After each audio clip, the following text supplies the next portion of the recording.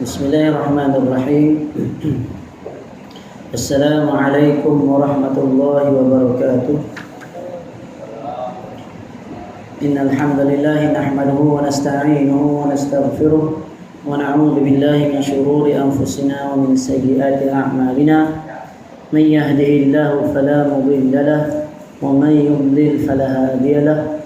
Wa asyhadu an la ilaha illallah wahdahu la syarika lahu wa asyhadu anna Muhammadan 'abduhu wa rasuluh. Ya ayyuhalladzina amanu taqullaha haqqa tuqatih wa la tamutunna illa wa antum muslimun.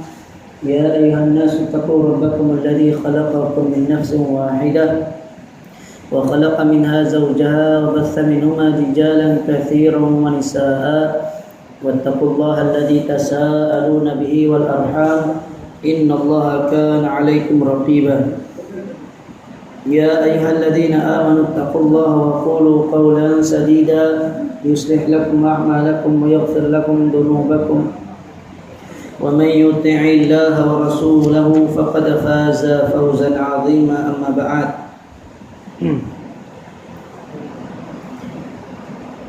Alhamdulillah,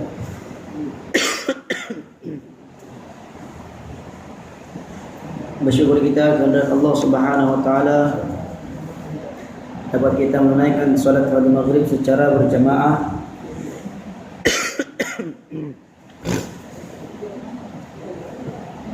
Seterusnya insyaallah kita akan kembali menyambung bacaan kitab Mukhtasar Asy-Syama'il Muhammadiyah, ringkasan kitab Asy-Syama'il Muhammadiyah.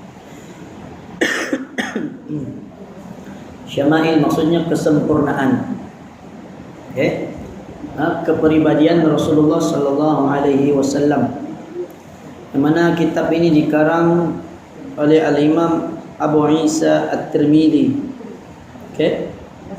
yaitulah salah seorang dari ashabus sunan, ataupun sunan sittah, penulis sunan sittah yang menulis kitab hadis. Lebih terkenal dengan judul ataupun kitab beliau terkenal, yang terkenal adalah Jami' At-Tirmidzi atau lebih dikenali Sunan At-Tirmidzi. Beliau menyusun kitab yang berjudul Asy-Syama'il Muhammadiyah, menghimpunkan hadis-hadis tentang kepribadian Rasulullah sallallahu alaihi wasallam. Yang sebenarnya kitab ini panjang, cuma banyak ulama yang meringkaskan. Sebab ada kalanya mungkin ada pengulangan hadis yang ada di dalamnya. Dan ulama dahulu biasanya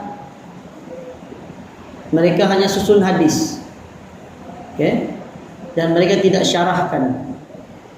Jarang disyarahkan. Mereka hanya susun saja, susun hadis. Kadang-kadang kefahaman itu kita boleh dapat dari judul hadis, judul kitab ataupun judul bab. Jazakallah.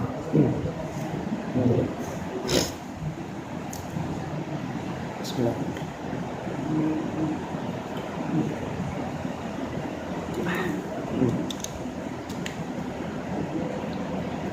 Seperti mana Imam Al-Bukhari dalam Sahih Al-Bukhari beliau, kalau siapa yang ada kitab Sahih Al-Bukhari,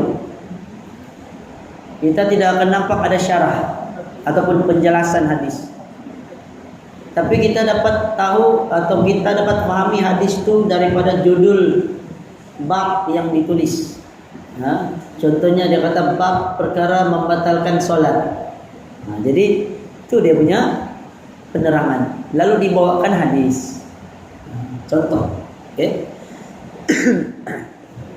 pada kebiasaannya para ulama zaman dahulu, ketika itu mereka menyusun kitab-kitab, termasuk Imam Syafi'i. Imam Syafi'i, kitab beliau yang paling besar adalah kitab Al-Um. Kitab Al-Um, yaitulah kitab Imam Syafi'i yang besar yang ditulis setelah beliau pergi ke Mesir, dan beliau mengubah pandangannya dari pendapat lama, qaul qadim kepada qaul jadid, diubah 180 darjah perubahan mazhab yang beliau ketengahkan, perkenalkan. Dia bukan buat mazhab maksudnya dia buat ajaran baru, tidak. Tapi dia susun mengikut bab kitab, contohnya tentang solat, taharah, dia bawakan hadis-hadis juga sama. Seperti mana? Bahkan Imam Syafi'i ini lebih dulu. Imam Syafi'i dia berguru dengan Imam Malik. Imam Malik anak muridnya Imam Syafi'i. Imam Syafi'i anak muridnya Imam Ahmad bin Hanbal, pengasas mazhab Hambali. Imam Ahmad bin Hanbal, anak muridnya adalah Imam Bukhari yang menulis Sahih Al-Bukhari. Jadi Imam Bukhari ini di antara yang terawal menulis kitab Sahih, ulama yang pertama, karena orang meminta supaya disusun kitab Sahih yang sahih saja. Dia nyatakan dalam kitab beliau bahwa asalnya hadis yang sahih itu lupa berapa, mungkin ada belasan ribu hadis yang sahih, tapi beliau hanya masukkan dalam kitab Sahih Al-Bukhari lebih kurang 7.000 sahaja. Setiap hadis yang beliau masukkan, solat istikharah dulu, sampai macam itu sekali, begitu teliti, sampai diiktiraf oleh para ulama bahwa hadis yang paling atau kitab yang paling sahih lepas Al-Quran, apa dia? Sahih Al-Bukhari. Al-Quran paling sahih lah, sebab dia mutawatir, riwayatnya diriwayatkan secara ramai, sehingga mustahil mereka berdusta, sehingga Quran itu memang tidak ada cacat celah. Dibacanya sama, apa yang kita baca di sini di negara luar sama, kecuali qiraat. Bacaan secara qiraat bagi yang mempelajari qiraat maka sama juga dari sudut qiraat, bacaan qiraat. Kalau kita punya qiraat, qiraat Hafs an Asim, kita punya bacaan di Malaysia, di Arab Saudi, juga di Mesir. Kecuali ulama lah ataupun orang-orang yang mempelajari qiraat, biasanya mereka akan baca bacaan yang riwayat yang lain, riwayat yang masyhur. Ada 7 kah atau ada 10, saya lupa, kurang lebih.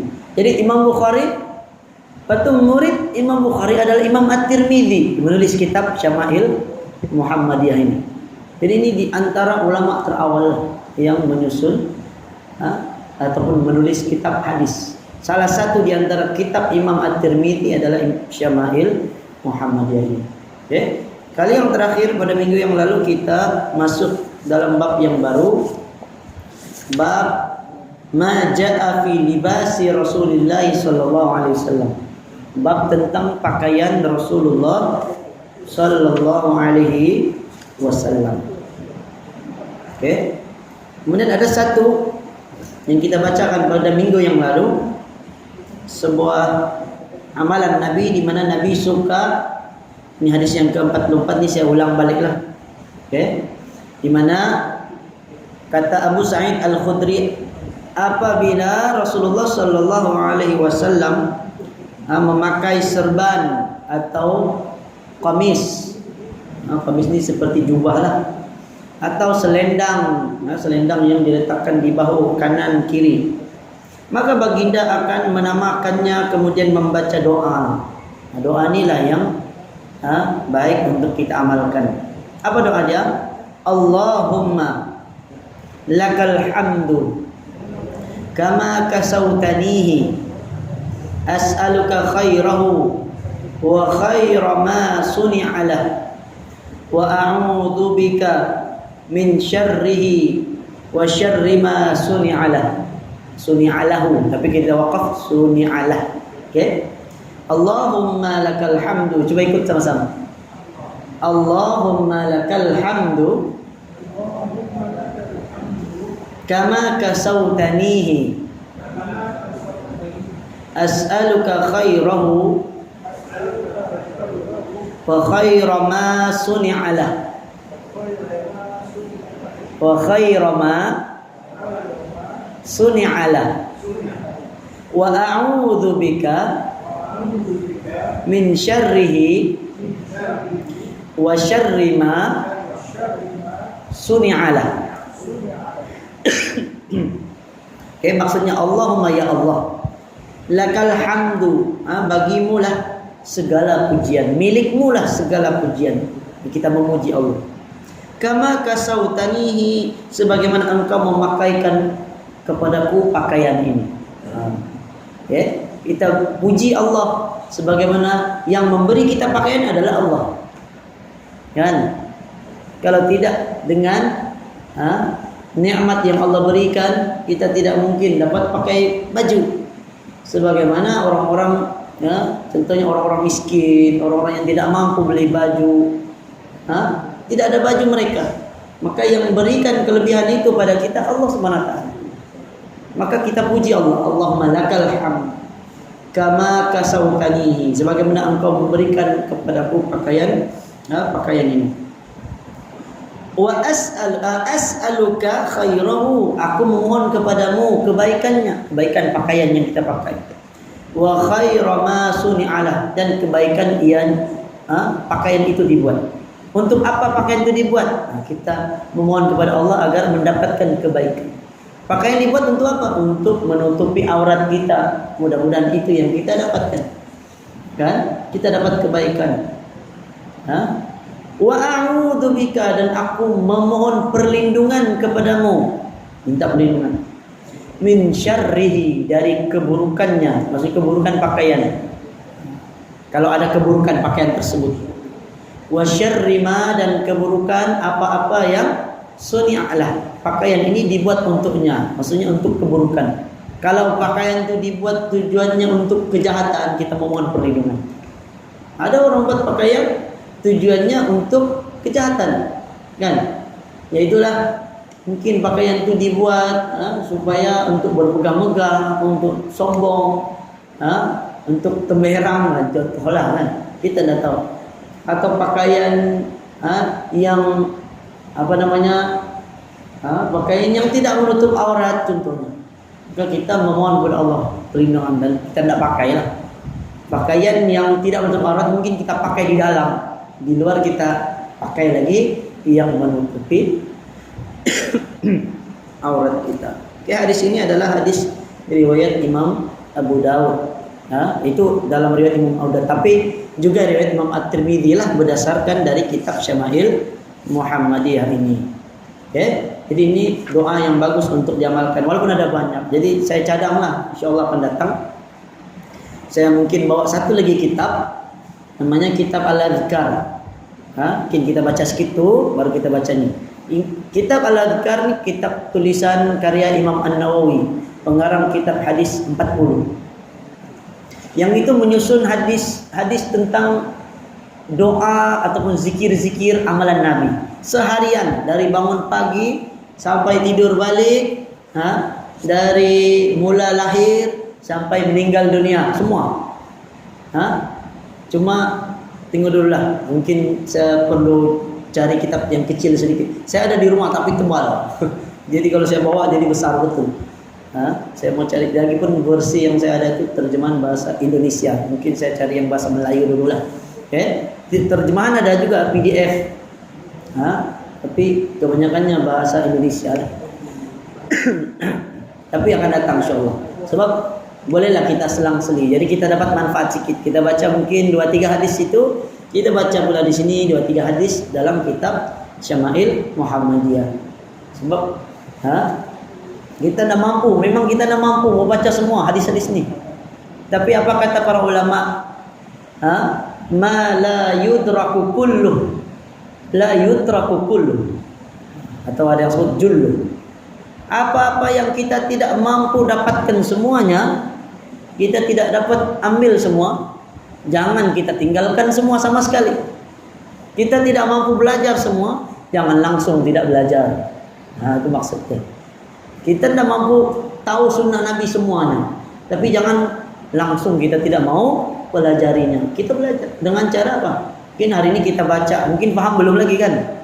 2-3 kali diulang, insya-Allah mungkin kefahaman itu akan datang.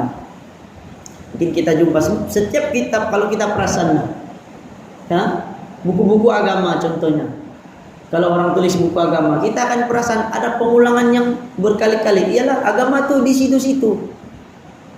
Agama tidak boleh direka-reka. Kita pun buatlah satu buku tulisan tentang agama, tapi perkara yang baru, tidak pernah orang tulis, tidak boleh.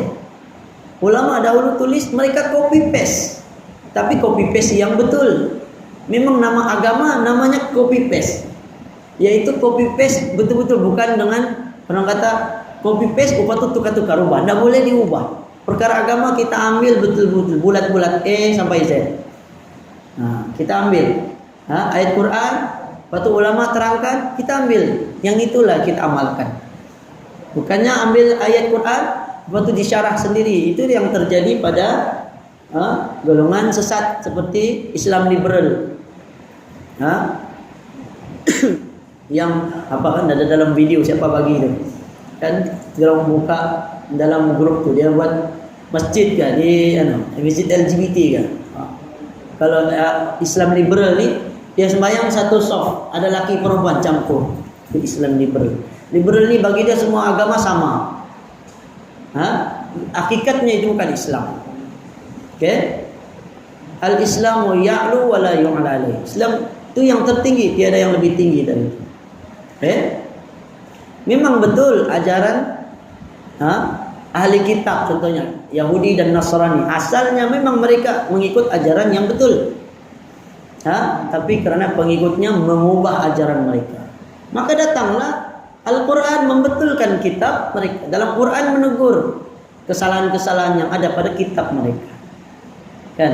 Sehingga itulah tugas-tugas orang para pendakwah yang biasanya mereka membuat perbandingan agama.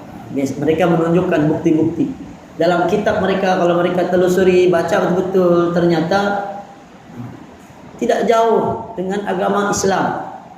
Bahkan sebenarnya dalam Islam, dalam Al-Quran menyebutkan bahwa para nabi itu agama mereka semua sama, yaitulah agama Islam. Hati-hati, ada di internet nih ada satu video, kalau siapa pernah tengok, ini orang apa, dia Palestin tapi dia macam sokong Israel. Bahaya. Nas Daily, 1 menit video dia pergi masuk agama semua, dia belajar kononnya. Dia masuk agama Buddha, masuk agama Hindu, lepas tu dia tunjuk dia ikut agama Yahudi, lepas tu Kristian, semua. Dia belajar kononnya, baca kitabnya, jumpa syekh-syekh dia. Yang terbaru ni video dia tunjuk, dia buat haji, ikut orang pergi haji kan. Dia tunjuk hari ni yang terakhir lah, agama yang terakhir dia mau tunjukkan Islam konon. Tapi malangnya yang agama-agama lain semua dia belajar dari syekh-syekh itu. Tiba-tiba dia kata, untuk agama Islam saya tidak belajar dari syekh-syekh, dari ulama-ulama, saya belajar dari ibu saya, dia bilang. Dari ibu dia. Bukan kita mau menegur, maksudnya tidak boleh belajar dari ibu, tidak. Tapi penerangan yang diterangkan oleh ibu dia tu sendiri tentang Islam pun banyak yang tidak betul. Bagi dia kata ibu dia tidak ada masalah, ibu dia cinta pada semua agama, dia bilang. Kan? Kita hormat pada agama lain, tapi kita tidak sampai cinta. Itu kena bezakan. Okay? Itu masuk dalam bab akidah. Dalam hal al-wala wal barra. Wala wal barra ni kecintaan dan permusuhan. Kecintaan sesama Islam, permusuhan atau benci kepada yang membenci Islam atau yang tidak suka pada agama Islam atau yang menentang Islam, maka kita benci. Tapi bukan bermakna bila benci maksudnya perang apa, tidak, salah paham juga. Kita tidak suka pada mereka mensyirikkan Allah, tapi cara kita tidak suka itu kita perbetulkan, kita ajak mereka mengenali Islam dengan yang cara yang betul. Itu diantara dia. Okay? Itu contoh orang agama-agama yang banyak tidak betul. Mereka macam Islam liberal ni, saya pernah baca satu buku dululah, terbitan Sister in Islam di Malaysia. Lama sudahlah, masa saya belajar dulu lagi. Ya, tahun 2000 berapa? 2005 begitulah. Saya baca buku itu Sistem Islam. Dia terangkan tentang hukum-hukum. Dia sengaja bawa semua khilaf-khilaf ulama. Dia bawalah pandangan pertama, kedua, ketiga, keempat, kelima. Semua dia bagi. Ulama ni kata gini, ulama ni kata gini. Last kesimpulan dia kata apa? Hukum berubah-ubah. Jadi zaman sekarang dia kata, dia cerita pasal tudung, pasal aurat. Akhirnya dia buat kesimpulan, dia kata oleh kerana pandangan berbeza-beza, tak sama. Dia kata zaman sekarang buka aurat ni dia kata boleh. Dia kata. Lepas tu dia minta kata pujian daripada orang Kristian ataupun Nasrani lah, untuk memuji kitab mereka. Memanglah dipuji, kan? Jadi itu antaranya. Kita baca, ada buku itu. Saya baca di perpustakaan. Kita baca, tapi tujuannya untuk kita mengkaji, kita tahu. Jadi sistem Islam ini memang ada di Malaysia, kan? Ada dia punya NGO dia. Islam liberal pun ada. Kalau di Indonesia memang sudah ada. JIL, Jaringan Islam Liberal. Memang mereka sudah luas, banyak dia punya pengikut-pengikut. Jadi ini satu gerakan yang merosakkan Islam. Baik, kita akan sambung balik bacaan. InsyaAllah nanti akan datang, kita akan bacalah sedikit. Kita selang-selikan dengan kitab Al-Adhkar. Hadis yang ke-45.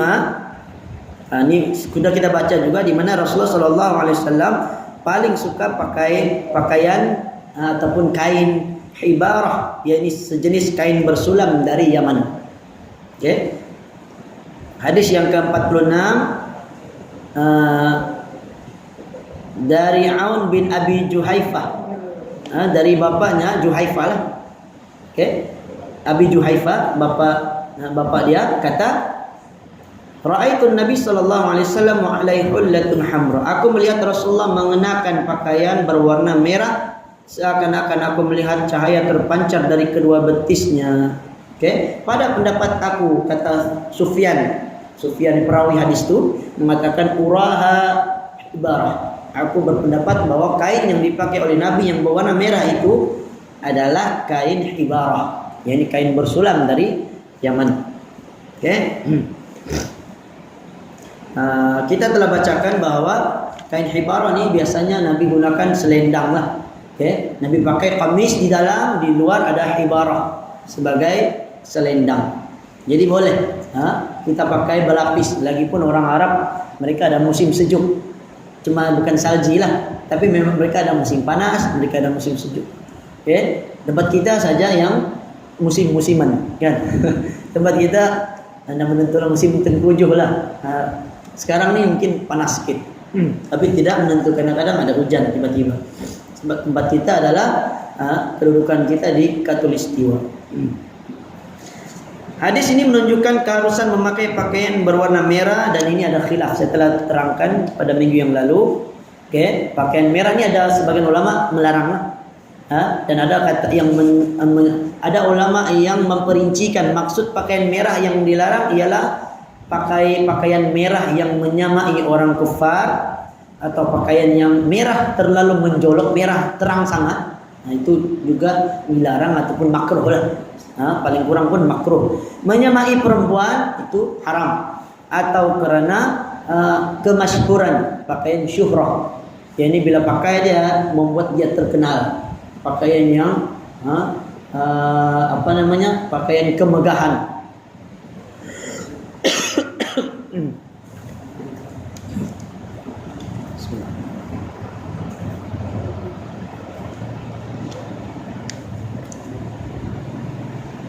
Okay. Kemudian juga dilarang sekiranya boleh merosakkan marwah. Dan ada pula yang mengatakan harus dipakai pakaian berwarna merah tersebut, yaitu ketika berada di rumah atau pada majlis keramaian. Ini khilaf. Penjelasan di kalangan ulama berbagai-bagai lah. Jadi kita tidak perincikan, cukup maksudnya kita bersederhana lah. Pakaian warna merah ini bukan berarti haram, tidak. Tapi dia kata perinciannya, kalau pakaian merah tu sama ada yang menyamai orang kafir, atau yang merah terlalu pekat, terlalu merah sangat, atau yang menyamai perempuan, atau pakaian yang merupakan pakaian kemasyhuran, pakaian dipanggil pakaian syuhrah. Okay? Yang ke-47 dari Qailah binti Makhramah berkata, Ra'aitun Nabi sallallahu alaihi wasallam asmalu mulayataini kanata bi za'faranin wa qad nafadathu. Aku melihat Rasulullah sallallahu alaihi wasallam memakai dua helai kain sarung yang ditenun dan dicelup dengan za'faran yang warnanya telah kelihatan luntur ataupun lusuh. Hadis riwayat Imam Abu Dawud, dan ada yang mengatakan hadis ini ada kelemahan, hadis dhaif. Okay, celup za'faran ini sejenis ada pastilah warna ataupun mungkin wangian. Wallahu a'lam. Za'faran ini saya pun lupa semak semula za'faran, nanti kita akan tengok. Yang ke-48 dari Ibnu Abbas radhiyallahu anhu berkata, Rasulullah sallallahu alaihi wasallam bersabda, "Alaikum bil bayadi min ath-thiyab liyalbasha ahya'ukum wa kaffinu fiha mautakum fa innaha min khairi thiyabikum." Rasulullah SAW bersabda dari Abdullah bin Abbas, pakailah pakaian yang berwarna putih. Nabi menggalakkan, menyukai kita memakai pakaian berwarna putih.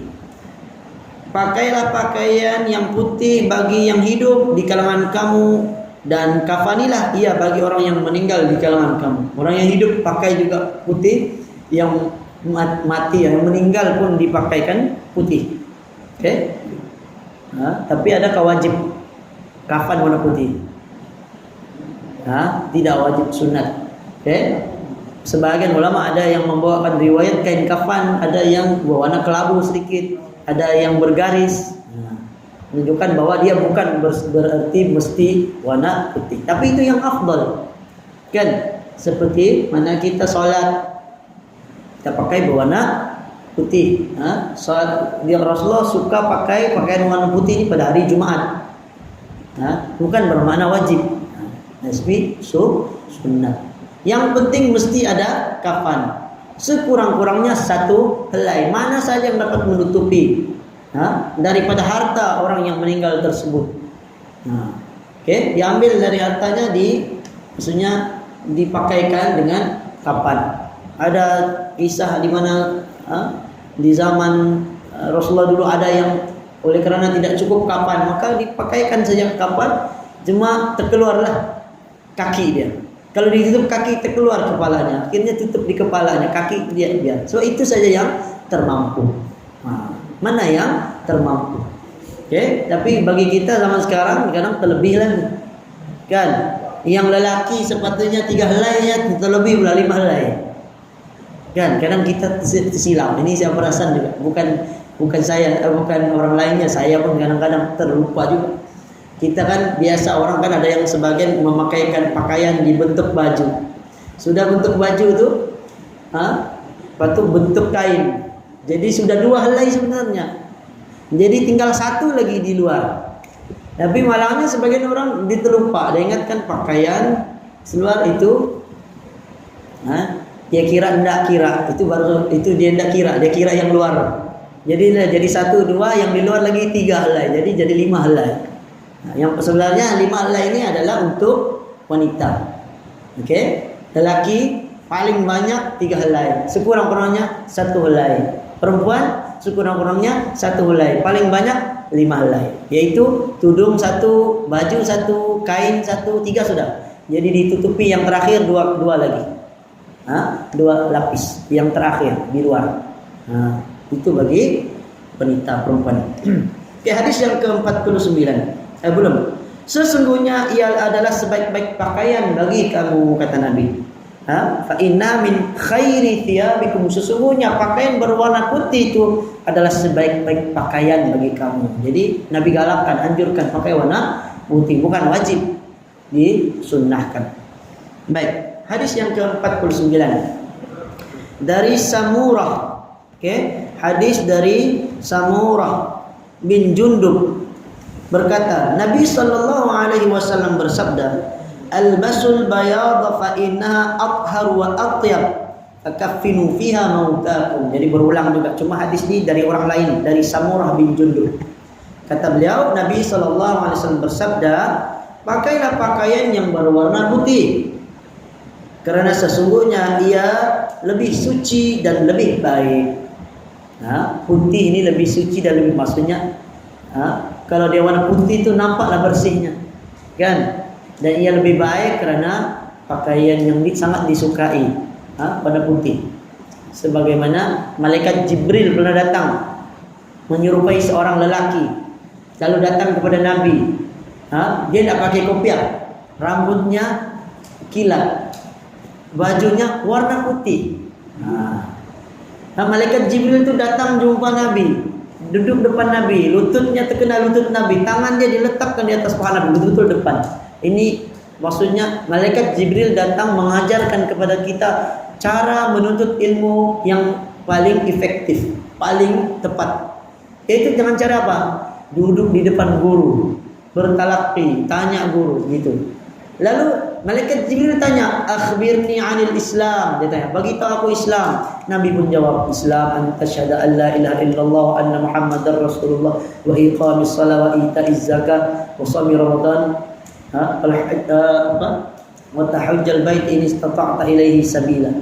Lalu malaikat Jibril jawab, "Shadaqta." Jawaban Nabi betul. Jadi dia sudah ajar dua pembelajaran yang terbaik ialah pembelajaran dua hala. Ada soal jawab, itu terbaik. Bila dia jalan saja, malaikat Jibril dibalik saja, Sayyidina Umar pergi tanya, "Ya Rasulullah, siapa tadi datang tuh?" Sebab tiada siapa di kalangan sahabat tahu. Lalu Nabi kata, dia kata, "Itulah malaikat Jibril." Dia kata, "Atakum yu'allimukum dinakum." Dia datang kepada kamu untuk ajar kepada kamu agama kamu. Tapi macam mana cara dia ajar? Dia duduk depan Nabi, dia tanya Nabi. Dengan jawab soalan dia, Nabi jawab, sahabat di sekeliling boleh dengar.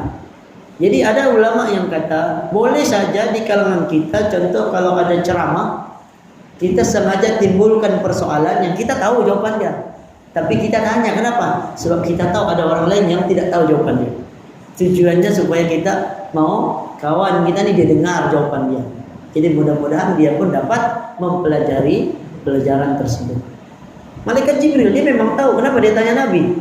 Sebab dia datang, dia mau ajar.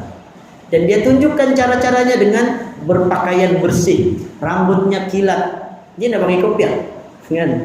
Maksudnya, kopiah itu bukannya satu kewajiban, tapi sunnah lah. Kita mengikuti sunnah Nabi, juga perbuatan para sahabat dan ulama. Hampir ke semua ulama, tidak ada ulama yang tidak berkopiah. Semua ulama biasanya berkopiah. Tapi ada kalanya seperti Nabi juga ketika berpeluh penat, kadang-kadang di muka juga kopiah tersebut.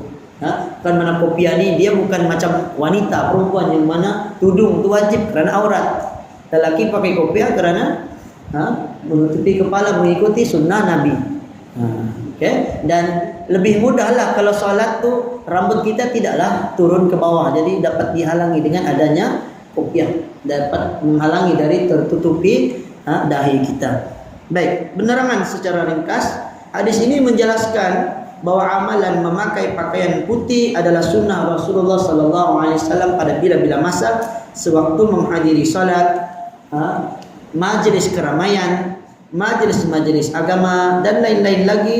Bahkan Nabi SAW pun pernah memakai pakaian baju putih ketika hendak tidur. Nabi tidur pakai baju warna putih. Maksudnya kalau kita mau tidur pakai putih boleh saja, karena Nabi SAW tidur menggunakan pakaian berwarna putih. Tapi bukannya bermakna itu satu kewajiban. Maksudnya mungkin kadang Nabi dia tidak cukup pakaian. Pakaian itulah juga digunakan untuk sembahyang. Pakaian itu juga untuk jalan ke majlis keramaian. Pakaian itu juga digunakan untuk tidur. Nabi SAW bukan orang yang senang. Diceritakan, nanti kita akan jumpa lah hadis di sini, di mana Nabi SAW pernah makannya tidak cukup, kan? Lapar, Lepas itu ada batu lagi di perut Nabi. Nah, itu semua akan kita jumpa di dalam kitab ini di bab pada masa akan datang. Hadis yang ke-50 dari Aisyah radhiyallahu anha berkata, kharaja Rasulullah sallallahu alaihi wasallam dzata ghadatin wa alaihi mirtun min sya'arin aswad. Aisyah berkata, Rasulullah sallallahu alaihi wasallam telah keluar dari rumah pada suatu ketika, pada suatu pagi dengan memakai pakaian yang berbulu, yang panjang dan luas, yang diperbuat daripada bulu berwarna hitam. Jadi Nabi, antara pakaian yang dipakai oleh Nabi adalah pakaian yang ada bulu-bulu lah. Ya, kita ni tiada lah, kan? Maksudnya berbulu-bulu sedikit. Okey, bulunya maksudnya bulu yang panjang. Mungkin tujuannya biasanya pakai baju sejuk sedikit, biasanya dia punya bulu-bulu tu panjang sedikit. Okey, hadis riwayat Imam Muslim. Ini juga diantara pakaian yang dipakai oleh Rasulullah. Hadis yang ke-51, hadis terakhir lah dalam bab ini. Okey, mengikut buku atau kitab yang saya gunakan ini. Dari Mughirah bin Syu'bah berkata, anna Nabi sallallahu alaihi wasallam labisa jubbatan rumiyatan dhayiqatal kummain. Okey, adalah Rasulullah sallallahu alaihi wasallam, sesungguhnya Nabi sallallahu alaihi wasallam pernah memakai jubbah. Jubbah juga. Jubbah ni biasa panjang sedikit lah. Dia sampai hampir ke buku lali. Kalau qamis dia pertengahan betis, hampir di atas, hampir ke lutut. Itu kalau kita sebut kurta. Itu qamis, atau orang Arab sebut gamis. Okey, gamis itu kurta lah. Jubah.